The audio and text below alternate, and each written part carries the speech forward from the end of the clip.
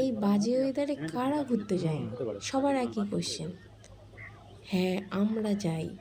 আমাদের বাড়ি থেকে বেরোনো নিয়েই কথা। সে হাঁটু জল হলেও আমরা বাড়ি থেকে বেরোবই। যত বৃষ্টি হোক না কেন বেরোবই আমরা। তো এখন আমরা হাঁটু জল পেরিয়ে সারা রাত্রি বাসে জার্নি করে পৌঁছে গেছি দীঘার মোহনার ঘাটে। ঘাটে তো ঢুকেই দেখলাম সমুদ্র যেন একেবারে উত্তাল। আমরা কিন্তু থামবো না। বৃষ্টি পড়ছে তবুও দেখো আমরা সবাই ছাতা মাথায় নিয়ে বেরিয়ে পড়েছি। আর গুলুকে তো দেখতেই পাচ্ছ, দাদুর কোলে উঠে ছাতা মাথায় দিয়ে বেশ সমুদ্রের দিকে হেঁটে যাচ্ছে। গুলু কিন্তু আমাদের মনোমতো বাচ্চা।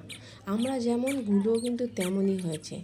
যেমন আমরা ঘুরতে ভালোবাসি, ও কিন্তু এত ছোট্ট বয়সেও এত ইন্টারেস্ট দেখায় ঘোরার প্রতি, আমি তো মাঝে মধ্যে অবাকই হয়ে যাই। দেখো এখন নিজে নিজে হাঁটতে হাঁটতে যাচ্ছে সমুদ্রের দিকে।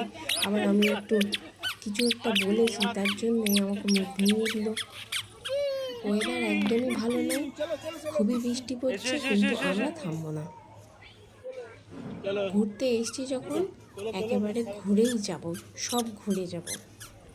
বৃষ্টির মধ্যে ছোট্টগুলো বুঝে গেছে ছাতা ছাড়া চলা যাবে না, তাই দাদুর কাছ থেকে টানাটানি করে ছাতা নিতে গেল, কিন্তু নিতে তো পারলো না।